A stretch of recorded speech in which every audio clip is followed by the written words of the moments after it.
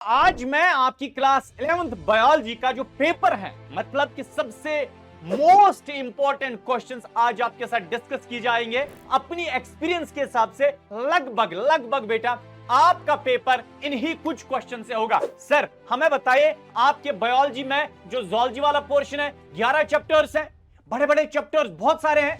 Sir कितने questions आप दोगे? भैया टेंशन क्यों ले रहे हो?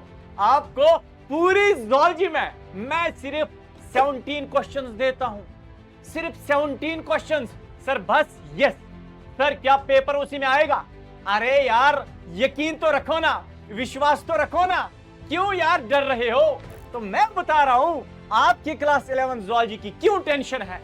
तो आज पहले जूलॉजी, उसके बाद बॉटनी हम डिस्कस करेंगे द मोस्ट इंपॉर्टेंट क्वेश्चंस। बस यकीन रखो सर, एक चीज है, पूरे साल अगर हमने नहीं पढ़ा, वन शॉट भी अगर नहीं पढ़ा, तो मुझे बताइए क्या अगर हम सिर्फ यही क्वेश्चंस करेंगे हो सकता है कुछ? यस, बहुत कुछ हो जाएगा।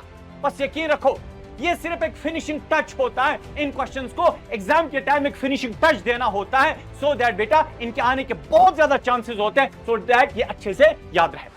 तो मुझे लगता है मेरा नाम है दाऊद मीर। सर आपको लगता है आपका नाम है ये? नहीं यार, मेरा नाम है दाऊद मीर और मैं आपको क्लास 11 में जूलॉजी पढ़ाई है मैंने। और आज मैं आपके साथ जूलॉजी क्लास 11 के मोस्ट इंपॉर्टेंट क्वेश्चंस डिस्कस करने वाला हूं। सर सबसे पहले हम चैप्टर वाइज बताएंगे। देखो बड़ा चैप्टर है एनिमल किंगडम, है ना भाई?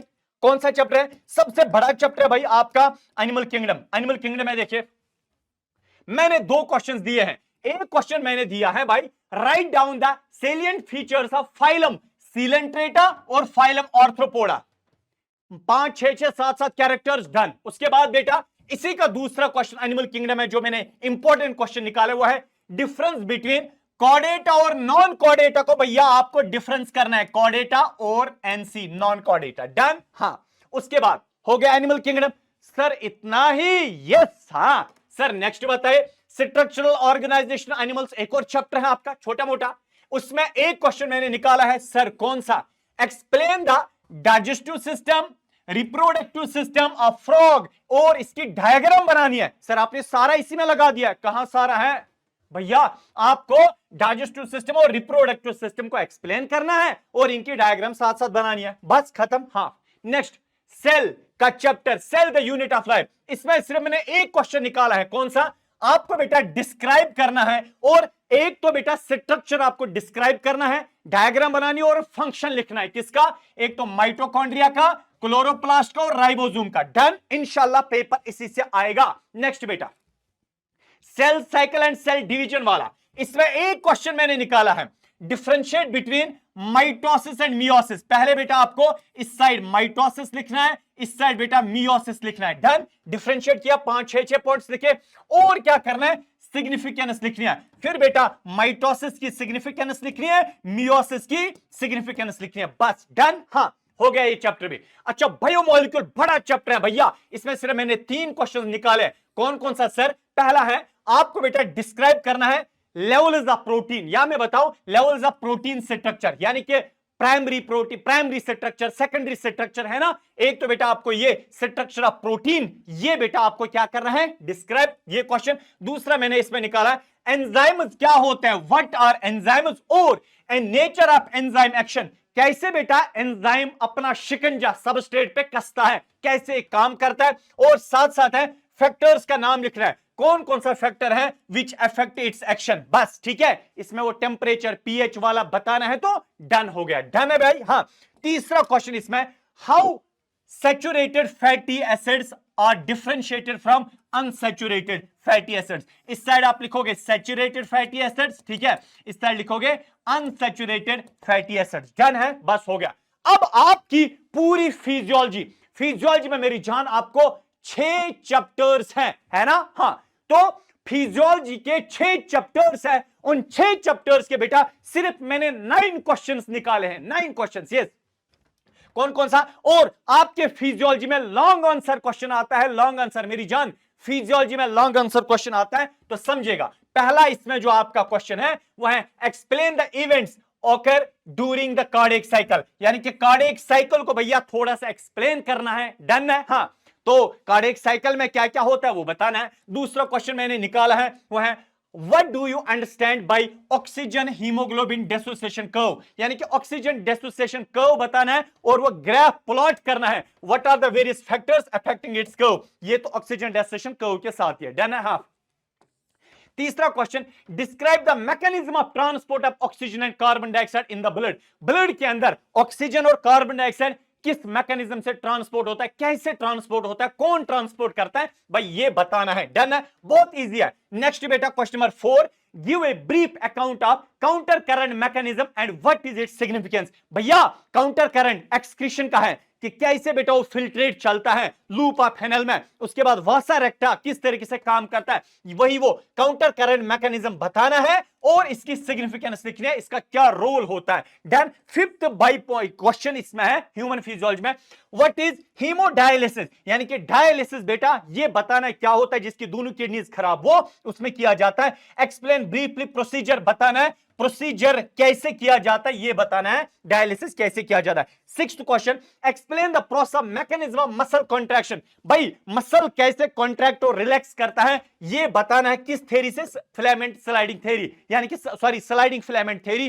तो मसल कॉन्ट्रैक्शन कैसे होता है ये बताना है, लॉन्ग आंसर आ सकता है. नेक्स्ट क्वेश्चन बेटा, what is a joint. Joint क्या होता है, बिल्कुल fulcrum. What is a joint and briefly explain the 3 types of joints. भैया ऑलरेडी मैंने वन शॉट्स के अंदर बोल दिया है, अभी आपके लिए खुशखबरी सुनाऊंगा, ये बताना है. नेक्स्ट बेटा आपका क्वेश्चन नंबर 8 है इसमें, describe the process of generation. एक तो generation, conduction and transmission of nerve impulse. भाई आप यहां पे प्रिक करोगे ये नर्व इंपल्स कैसे जनरेट हो जाएगा, कैसे बेटा आगे चलेगा और दूसरे न्यूरॉन को कैसे पास हो जाएगा. और लास्ट वाला क्वेश्चन, एनालाइज द हार्मोन्स. किस किस के हार्मोन्स बताने, एड्रिनल ग्लैंड के हार्मोन्स उनका फंक्शन और पेनक्रियास के हार्मोन उनका फंक्शन बताना है. इससे यही बेटा मेरे हिसाब से सबसे मोस्ट इंपॉर्टेंट क्वेश्चंस मैंने आपके साथ डिस्कस किए. और खुशखबरी सुनो, खुशखबरी भैया ये है, आप रेडी हो जाओ क्योंकि जितने भी क्वेश्चन 17 क्वेश्चन है इनको मैं भैया क्या करूंगा, एक्सप्लेन करूंगा मैराथन, तूफान मैराथन में. और मुझे लगता है सबसे शॉर्ट मैराथन होगा इंशाअल्लाह, सबसे शॉर्ट सबसे छोटा मैराथन होगा पूरी ज़ूलॉजी में. जितने भी आपके इंपॉर्टेंट टॉपिक्स हैं वो डिस्कस कर दूंगा भाई. कब ये है शॉर्टेस्ट मैराथन में आपका इंशाल्लाह लूंगा, कब, 29 नवंबर सैटरडे को 10 बजे. सारे बच्चे आइएगा, दोस्तों को भी बुलाइएगा, बिकॉज एक साथ मचाते हैं, एक साथ इसको सॉल्व कर देते हैं. तो तब तक मेरी तरफ से ऑल द वेरी बेस्ट. आप अच्छे से चिल होके पढ़ो. Thank you so much. Bye bye bye bye bye bye. मिलते हैं मैराथन में. जैसे आपके साथ एक्सपेक्टेड क्वेश्चंस डिस्कस हुए ज़ूलॉजी के, अब बारी है हम बॉटनी के एक्सपेक्टेड क्वेश्चंस कुछ समझे. तो देखिए भाई साहब, मैंने बार बार आप बच्चों से बोला है कि भाई ये मोस्ट इंपॉर्टेंट एक्सपेक्टेड क्वेश्चंस रहने वाले हैं आपके बोर्ड एग्जाम के लिए.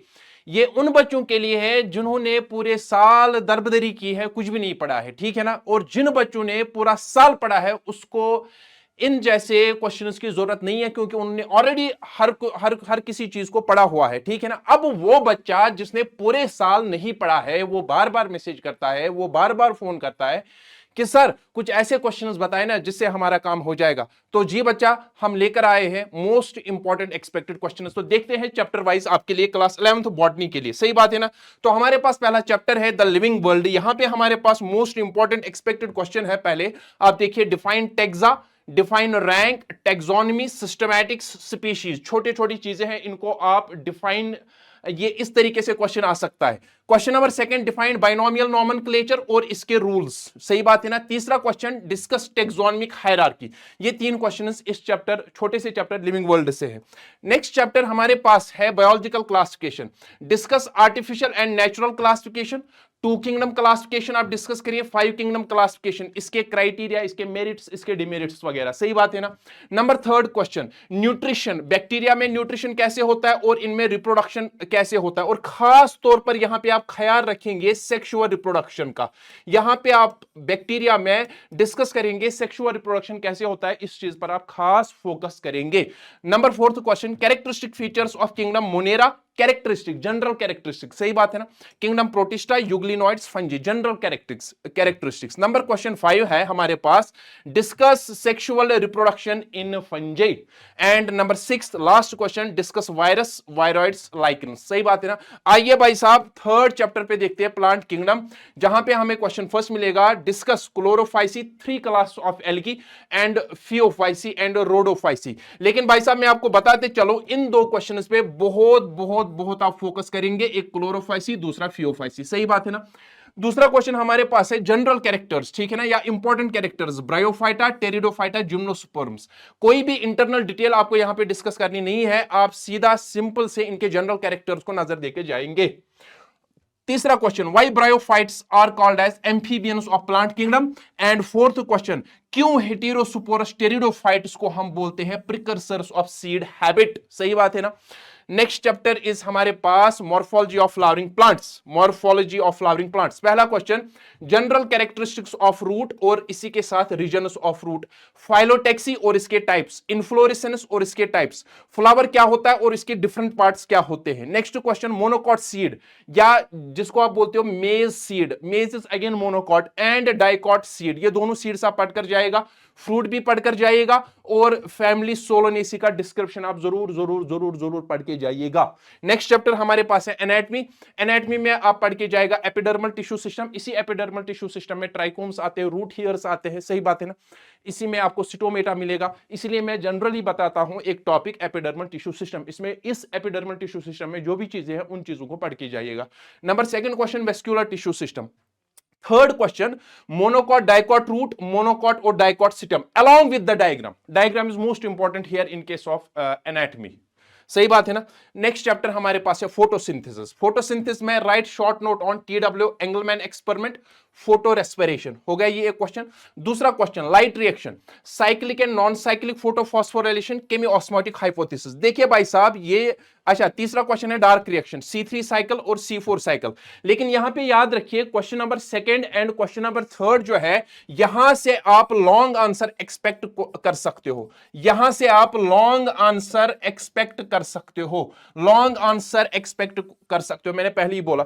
नेक्स्ट हमारे पास है रेस्पिरेशन इन प्लांट्स। पहली बात, पहला question, biochemical pathway of glycolysis, glycolysis को पढ़ के जाए, उसका बायोकेमिकल पाथवे जो उसके 10 रिएक्शंस हैं उनको पढ़ के जाइए। Explain ETC, electron transport chain, along with the diagram. This is important. And third question, define a respiratory substrate, respiratory coefficient, oxidative phosphorylation. और याद रखिए ये जो respiratory coefficient है, again most important short answer question मिल सकता है आपको। Next, plant growth and development. Briefly explain differentiation, de-differentiation, re-differentiation, इन तीनों terms को पढ़ के जाइएगा।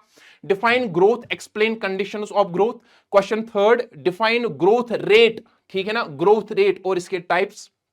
Question 4, role of auxin, gibberellin, ethylene, इन तीन, या यहां से ऐसा भी क्वेश्चन बना सकता है, हार्मोन से ऐसा भी क्वेश्चन बन सकता है, discuss role of growth regulators in agriculture. इस क्वेश्चन से आप बच सकते हो। क्यों सर? क्योंकि यहां पे इसने इन जनरल पूछा है, तमाम हार्मोन्स का, ग्रोथ रेगुलेटर्स का हमें रोल बताइए एग्रीकल्चर में। सही बात है ना, वो आप यहां से कर सकते हो, या तो ऐसा क्वेश्चन मिलेगा या ऐसा क्वेश्चन मिलेगा। Question 5, why abscisic acid is called citrus hormone, why abscisic acid is called citrus hormone. तो ये हमारे पास कुछ एक्सपेक्टेड क्वेश्चंस हैं क्लास 11th बॉटनी के लिए। आई होप अगर आपने कुछ भी नहीं पढ़ा है और आप इस हद तक सोच रहे हो कि भाई साहब अब एग्जाम नहीं देंगे, तो ऐसी गलती कभी नहीं करना, इन क्वेश्चंस को पढ़ के जाइए तो आपका काम हो जाएगा। तो मिलते हैं किसी अगले वीडियो में, तब तक के लिए tata, goodbye, thank you.